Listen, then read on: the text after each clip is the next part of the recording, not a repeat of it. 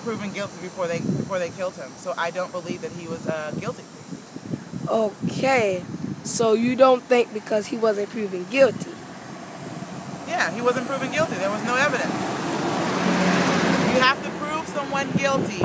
That's the problem. People need to know their rights. If you can't prove that I'm wrong, I'm not wrong. You have to prove that I'm wrong. Do you think that because of the law killed an innocent man, do you think that the family of the Davis, will they sue? Should they sue? Of course. Of course. I do believe they should. By any means necessary. You know, however we have to attack the system, because the system is out to kill the black man.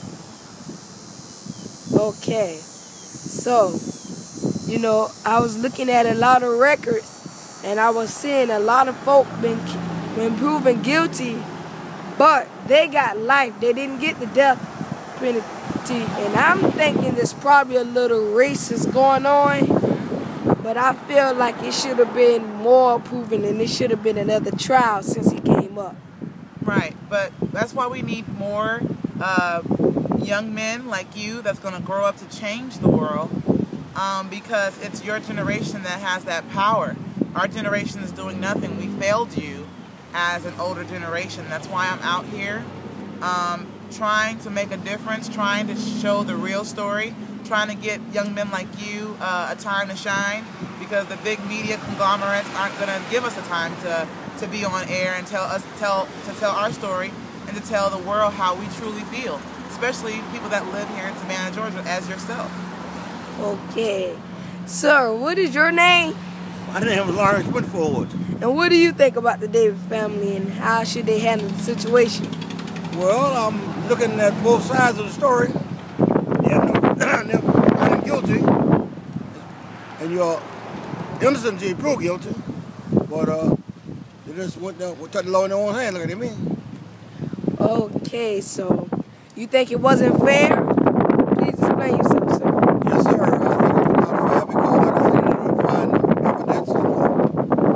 And they never proved anything. I mean, they never find anything. I mean, with this terrible situation.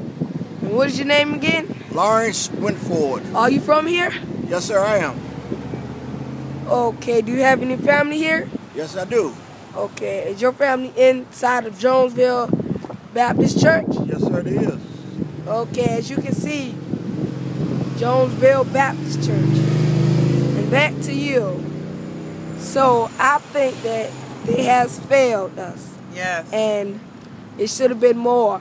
And so, what do you think about Barack Obama? He's a great man. You think is he getting somewhere with the taxes and the income? Yes, I do. Okay.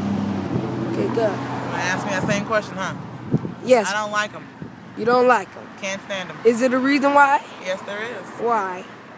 Because I feel we don't know enough about Obama. Obama came out of nowhere, out of thin air.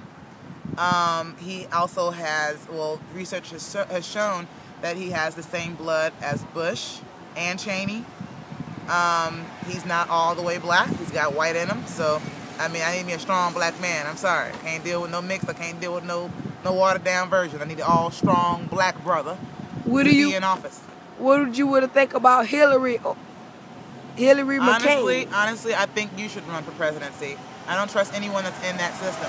Me? Yes, you.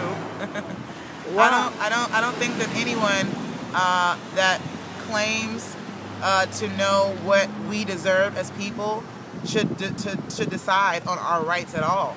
I think we the people should control our own rights, because we know what we want, not the government. And do you think the law is wrong because of, as you was trying to get another version of it? Be careful with touching it, because you might not get it. You gotta touch the sides, get the sides. Oh, okay. And about when you went on the property, what happened? I went over there and I was doing exactly what you're doing, trying to get some footage from the people that work here in Savannah, the members of the church, the security at the church, and they didn't want to answer a question. I asked them a question, like, what do you think, what's going on? They got upset. They didn't want to answer any questions. I don't understand why you wouldn't want to answer a question when You are a person. You are a human being. Don't you have a thought on this? Doesn't matter what job you hold, title You're you both hold. fighting, so... I mean, we're all people. At the end of the day, you don't have an opinion about this service that's being held at your church. They got upset with me, got the police, and told me to leave.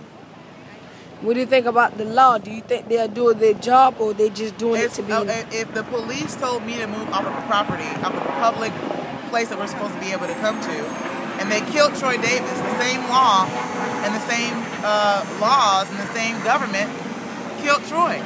So we can't trust them at any angle.